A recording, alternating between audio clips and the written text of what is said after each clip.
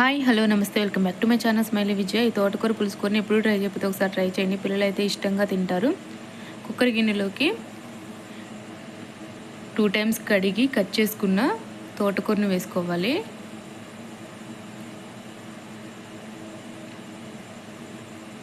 నేనైతే ముందుగానే అన్నీ కట్ చేసుకొని పెట్టుకున్నానండి. ఇప్పుడు దీనిలోకి పచ్చిమిరపకాయలు, ఉల్లిపాయలు, టమాటాను కూడా కట్ చేసుకొని వేసుకోవాలి. కొంచెం చింతపండును కూడా వేసుకోవాలి.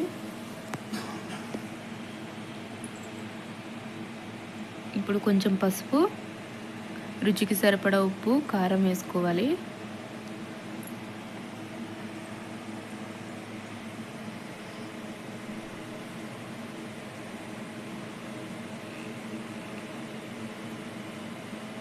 ఒక గ్లాసు వాటర్ని కూడా పోసుకోవాలి. పోసుకొని మూత పెట్టి స్టవ్ మీద పెట్టి ఒక 5 విజిల్స్ రానివ్వండి. 5 విజిల్స్ వస్తే మెత్తగా ఉడికిపోతుంది.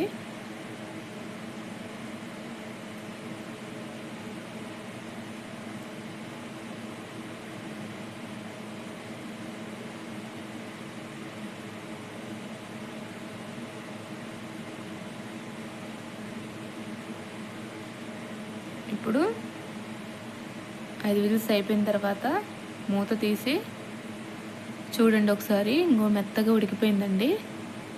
దీన్ని ఏం చేయాలంటే మనం హ్యాండ్ మ్యాషర్ తోటి మెదుపుకోండి. పప్పు గుత్తుంటుంది కదా, దాంతో ఇలా మంచిగా మెదుపుకోండి మెత్తగా.